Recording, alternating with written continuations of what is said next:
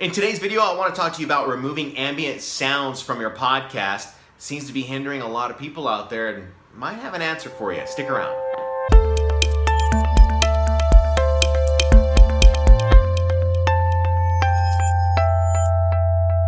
Hey guys, it's the Shaman, radio broadcaster, podcaster, and podcast producer. Thank you so much for watching the video this week. I really appreciate it.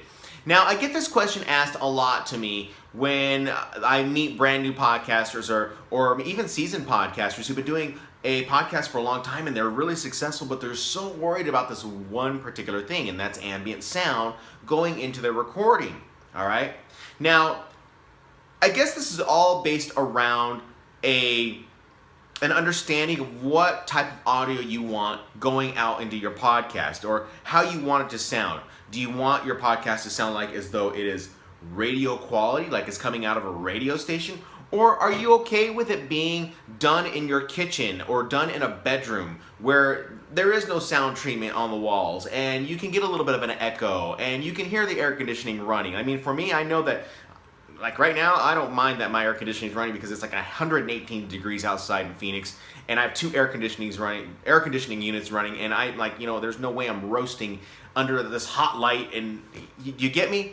So I don't mind it, but you might be someone who might be a little more, you're a little more particular about your sound, all right?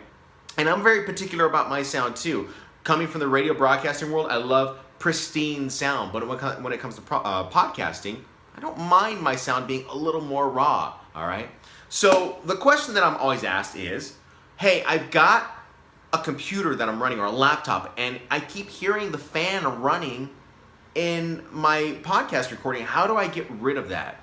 Well, you have to understand that not all audio programs are going to be able to remove those ambient sounds without sound treatment, without a quality microphone, without outside noises. In other words, what you're looking at is you're looking at a professional studio where you're going to have to record. That's what you're looking at, all right? The beauty of podcasting is that it allows you to give like tools like this microphone, your computer. It allows you to use all these tools to make things sound like a professional recording. It's up to you as to whether or not you want to eliminate those other sounds like the ambient sounds. I mean, you can see in my room right now, I don't have any sound treatment in this room, but I don't mind that I don't have sound treatment in this room. Does it sound a little bit echoey? Yeah, it does. But when you listen to my podcast, Be the Experience, you can barely even notice it. Unless you're listening in earbuds, you can barely even notice it. So what I'm going to recommend to you is that if you're getting a laptop fan sound, if you're getting a cat meowing in the background, if you're getting bouncing sound off the walls, you're going to have to take the necessary steps in order to take care of those noises, all right? Get sound treatment for the walls, and that can be very, very expensive if you're just a starting out podcaster. Maybe you put some blankets up on the walls and deaden the sound. If you have tile floors like I do, maybe you start putting some rugs down on the ground. Do what you can to deaden the sound a little more if that's something that is bothering you. But as far as laptop sound is concerned and the fan, you're going to have to move the tower or the laptop away from the microphone. Let's be a little bit logical about this because you can't remove laptop fan sounds unless you're moving the laptop away. That's just the answer, all right? Yeah, you can do some healing processes and things like Adobe Audition, but it makes your recording sound weird, and you can use gates, and it's just gonna make the thing sound weird. You don't want it to sound like that. You want the best possible recording coming out of your podcast when it comes down to home recording studio. Now, for those people who are maybe voiceover artists, yes, you will need to have like a sound booth with sound treatment, with a quality microphone and the computer in another room. So you're not getting any of that sound, okay? That's just how that is. So be logical about the idea. There is no fix for this. You can ask a million people about this. They'll say the same thing. Just move the laptop away or put the tower in a cabinet with a cover on it. It's as simple as that, quite honestly.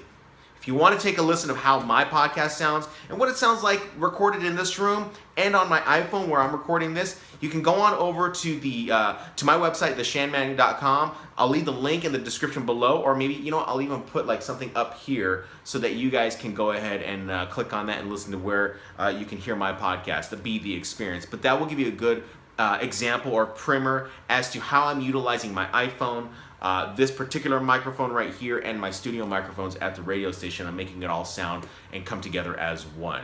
If you enjoyed this video, go ahead and leave it a thumbs up. Also, leave a comment below and let me know how you're dealing with ambient sounds in your podcast recordings. I'd be interested to know, or even get a little more insight. Maybe I create a new video or an updated video to this one. But I really wanted to address this issue with people because they think that there's this magic thing that audio programs can do.